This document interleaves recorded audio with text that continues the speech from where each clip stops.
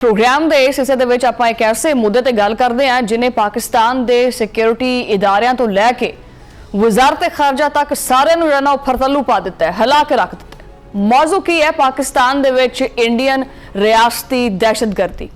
पहले तो ये टकियां छुपियां गल्लां सी, हुण वाजे सबूत नाल जिहड़ा वो आण शुरू हो गई और ये कोई इल्जाम नहीं हैगा। ये पाकिस्तान की फौज, हुकूमत और वजारत खारजा का सरकारी मौकफ है जिहदे नाल बकायदा तौर पर सबूत भी पेश किए गए हैं। गल शुरू होंदी है 25 अप्रैल की प्रेस कॉन्फ्रेंस तो। DGSPR लैफ्टिनेंट जनरल अहमद शरीफ चौधरी ने एक इंतहाई अहम ब्रीफिंग दी। उन्होंने आख्या कि जी पाकिस्तान के कोले इंडिया की रियासती सरपरस्ती दे विच होण वाली दहशतगर्दी के नाकाबिले तरदीद मतलब जिन्होंने तुसीं रद्द ही नहीं कर सकते वो सबूत मौजूद ने और फिर जिहड़े सबूत ने वो कौम के सामने भी रखे।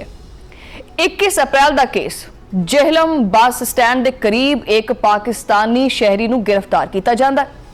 उहदे कब्जे तो मौके ते ही जिहड़ा ना वो IED और 2 मोबाइल फोन और 70,000 रुपया कैश भी बरामद हुंदा है। हुण तुसीं कहोगे कि जी कहानी खत्म हो गई इत्थे, इन्नी जी गल सी, बंदा फड़िया गया, चीज़ां निकल आईयां, गल खत्म नहीं। इत्थे खत्म नहीं हुंदी है गल। जदों सिक्योरिटी इदारियां ने उहदे घर दी तलाशी लई ते उत्थे इंडियन साख्ता ड्रोन मिलिया, 10 लाख रुपये कैश बरामद होया। DGSPR ने वाजे किया कि इन्हां सारियां चीज़ां दा फोरेंसिक कराया गया और उन्होंने आलमी बरादरी नूं भी दावत दी है कि कोई भी आज़ाद इंटरनेशनल एजेंसी आवे और इन्हां सबूतां दी तस्दीक कर सकती है।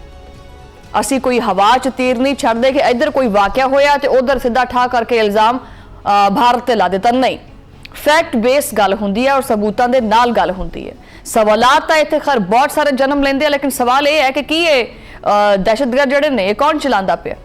DGSPR के मुताबिक इन्हां दा हैंडल कौन है? इंडियन आर्मी का जूनियर कमिशनड ऑफिसर है।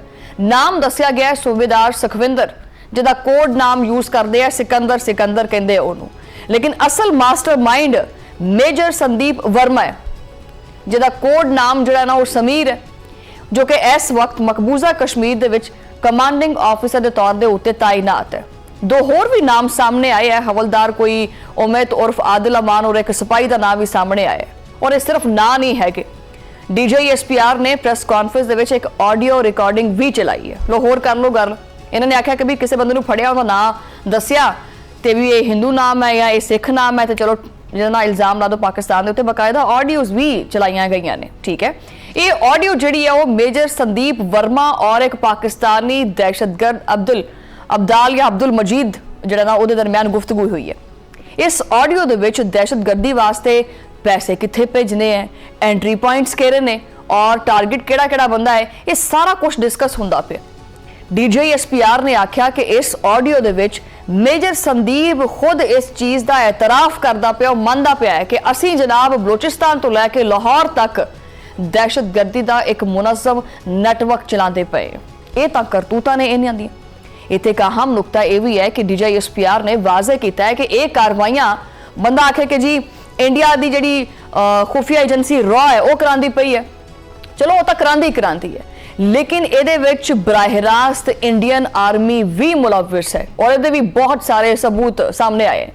उन्होंने ये भी आख्या कि यह सिर्फ एक सैल का सबूत है जो कि फड़िया गया। इस तरह के कई नैटवर्क्स ने जोड़े कि पाकिस्तान के एक्टिवली काम करते पे ने। उन्होंने यह भी कहना है कि इंडियन रियासती दहशतगर्दी 1947 तो जारी है और ये कोई नवी गल नहीं हैगी। हुण टेक्नोलॉजी इन्नी एडवांस हो गई है कि बंदा फड़िया जाता है। ठीक है, हुकूमत ने जनवरी 2026 के होने वाले हमलियां तो बाद बलोचिस्तान के जिन्ने भी सरगर्म दहशतगर्द ग्रुप सी उन्हां दा एक नवा नाम दिता गया, फितनतुल हिंदुस्तान। क्यों?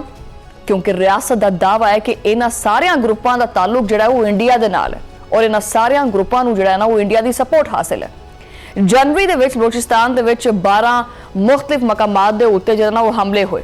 सिक्योरिटी फोर्सिस दी कार्रवाइयां दे विच कोई 67 दहशतगर्द जिहड़े वो मारे गए, बाद में 92 तक पहुंच के 10 सिक्योरिटी एहलकार शहीद हुए। वजीर इतलात अता ताड़र ने वाजे अल्फाज दे विच आख्या कि बलोचिस्तान दे विच दहशतगर्दी दीयां जिहड़ियां जड़ां ने ना वो इंडिया नाल जाके मिलदियां ने। उन्होंने ये भी आख्या कि पाकिस्तान दहशतगर्दी के खिलाफ एक ठोस दीवार है, जबकि इंडिया दहशतगर्दी नूं मुसलसल परवान चढ़ांदा पिया। ਵਜ਼ੀਰ ਦਫਾ ख्वाजा आसिफ ने आख्या कि ਇਹ ਬਿਰੂਨੀ ਸਰਪ੍ਰਸਤੀ ਦੇ ਵਿੱਚ ਚੱਲਣ ਵਾਲੀ ਦਹਿਸ਼ਤਗਰਦੀ ਹੈ ਜਿਹਦਾ ਨਿਸ਼ਾਨਾ ਕੌਣ ਹੈ? ਪਾਕਿਸਤਾਨ। ਇਹਨਾਂ ਦਾ ਨਾ ਸ਼ੁਰੂ ਤੋਂ ਇਹ ख्वाब ਹੈ ਕਿ ਕਿਸੇ ਤਰੀਕੇ ਨਾਲ ਪਾਕਿਸਤਾਨ ਨੂੰ ਤੋੜੀਏ, ਬਲੋਚਿਸਤਾਨ ਨੂੰ ਅਲੱਗ ਕਰੀਏ ਔਰ ਅਫਗਾਨਿਸਤਾਨ ਨੂੰ ਦੁਸ਼ਮਣ ਬਣਾਈਏ ਪਾਕਿਸਤਾਨ ਦਾ। ठीक है, बलोचिस्तान के लोगों को भी टारगेट किया जाता है। खैबर पख्तूनख्वा की सूरत हाल जी है वो भी किस तो टकी छुपी नहीं हैगी, वो सारे सामने तस्वीर जी वाजे है। 2026 की पहली सामाही की सरकारी रिपोर्ट के मुताबिक 115 सिक्योरिटी एहलकार शहीद हुए, दहशतगर्द कोई मारे गए 85 के करीब और 298 के करीब जख्मी भी हुए। मुख्तलिफ अजला मुख्तलिफ कार्रवाइयां हुई, मुख्तलिफ मुकदमात भी दर्ज हुए। 21 अप्रैल ਨੂੰ ਹੀ ਖੈਬਰ ਡਿਸਟ੍ਰਿਕਟ ਦੇ ਵਿੱਚ ਇੱਕ ਬਹੁਤ ਵੱਡੇ ਇੰਟੈਲੀਜੈਂਸ ਬੇਸਡ ਆਪਰੇਸ਼ਨ ਦੇ ਵਿੱਚ 22 ਦਹਿਸ਼ਤਗਰਦ ਮਾਰੇ ਗਏ। ਇਹ ਟੀਟੀਪੀ ਦੇ ਲੋਕੀ ਸੀ ਜਿਨ੍ਹਾਂ ਨੂੰ ਜਿਹੜਾ ਨਾ ਉਹ ਰਿਆਸਤ ਫਤਨਤੁਲ ਖਵਾਰਿਜ ਕਹਿੰਦੀ ਹੈ। DGISPR ਦਾ ਇਹ ਵੀ ਕਹਿਣਾ ਹੈ ਕਿ ਇਹਨਾਂ ਨੂੰ ਵੀ ਇੰਡੀਆ ਜਿਹੜਾ ਨਾ ਉਹ ਫੰਡਿੰਗ ਕਰਦਾ ਹੈ, ਉਹ ਸਾਰੀ ਜਿਹੜੀ ਸਪੋਰਟ ਹੈ ਉਹ ਫਰਾਹਮ ਕਰਦਾ ਹੈ। ਆਦਾਦੋ ਸ਼ੁਮਾਰ ਦੱਸਦੇ ਨੇ ਕਿ 2025 ਦੇ ਵਿੱਚ ਪਾਕਿਸਤਾਨ ਦੇ ਵਿੱਚ ਦਹਿਸ਼ਤਗਰਦੀ ਦੇ ਰਿਕਾਰਡ ਹਮਲੇ ਹੋਏ। साल भर दे विच तकरीबन कोई 2597 दहशतगर्द मारे गए, 75,000 कोई 500 200 5,000 10,000 नहीं 75,000 तो ज़्यादा इंटैलीजेंस बेस्ड ऑपरेशन किए गए। ये बावजूद जो ना दहशतगर्दी के वाक़िया दे विच इजाफा होंदा है। सवाल ये पैदा होंदा है 34% इजाफा पैदा हो चुका है, इन्ने सारे ऑपरेशन होए है, ये हमले रुकने की बजाय वधदे क्यों? DGISPR का जवाब है क्योंकि इंडिया मुसलसल फंडिंग करता है, तरबियत देता है, असला देता है। हुण तुसीं ये वेखो कि एक सिपाही का जो रद्द-ए-अमल सामने आया वो भी जो ना अपने सामने रखो। ईवन के वज़ीर आज़म शहबाज शरीफ ने आज़ाद कश्मीर असैंबली दे विच खिताब दे विच आख्या कि इंडिया पिछले साल की फौजी शिकस्त तो बाद जो ना हुण उन्हें प्रॉक्सिस के जरिए पाकिस्तान दे विच दहशतगर्दी नूं हवा देना शुरू कर दी है। ये जिहड़ा उन्हां दे आर्मी ऑफिसर्स के वालों ये चीज़ आखी जाती है ना कि ऑपरेशन सिंदूर जो जारी है, उसका मतलब ये नहीं है कि भी उधरों उन्होंने कोई मिसाइल छड़ देना है या अपने कोई जंगी तैयार छड़ देना है पाकिस्तान की हदूद के, उसका मतलब यही होंदा है ये जारी जिन्होंने कहते हैं ना ऑपरेशन सिंदूर जारी है, वो इदा ही जारी है। बहरहाल उन्होंने खबरदार किया कि इंडिया जोड़ा है वो जिस महाज से भी गल करेगा और जिस तरह भी गल करेगा, जिदा की जुबान इस्तेमाल करेगा, उदा की ही जुबान इस्तेमाल की जाएगी भारत के खिलाफ। पाकिस्तान इसी महाज के उत्ते इसी तरह जवाब देने का पूरा पूरा हक रखता है और वो जवाब में कोई भुल भी नहीं सकेगा। उन्होंने आख्या कि इंडिया जोड़ा है वो आपके एजेंट्स के जरिए पाकिस्तान के दहशतगर्दी तेज करता पे। वजारत खारजा ने एक होर बड़ा अहम जो पहलू है उन्होंने भी नुमाया किया। उन्होंने 18 फरवरी ਦੇ समझौता जी एक्सप्रैस है वो जो धमाका होया सी उस हमले के कोई 68 अफराद मारे गए जिन्हों के 44 पाकिस्तानी सी। वजारत खारजा के बयान ने आख्या है कि इंडिया दे विच इस केस के 4 मुलजिम ने जिन्हों के कोई स्वामी आनंद है, लैफ्टिनेंट कर्नल पुरोहित और साध्वी प्रज्ञा शामिल ने, वो बरी हो चुके हैं। बयान के भी आख्या गया है कि हिंदुत्व, इंतहा पसंदी और सैफरन टैरर ने 19 साल पहले यह हमला कराया और नरेंद्र मोदी की हुकूमत ये कई गुना इजाफा होया। पाकिस्तान ने मुतालबा किया है कि समझौता एक्सप्रैस के असल जोड़े मुजरिम ने उन्होंने इंसाफ के कटहरे के लैके आओ। बहरहाल सूरत सारे सामने वाजे है कि ना सिर्फ पाकिस्तान ये सबूत फराहम करता पाया बल्कि पूरी दुनिया मतलब बैन अल-अक़वामी तौर पर भी देखा जाए तो पाकिस्तान को जो जी सपोर्ट हासिल है बैन अल-अक़वामी तौर पर वो भी सारे सामने है और जो रुसवाई और जिल्लत का सामना भारत को करना पै रहा है वो भी ये सामने है।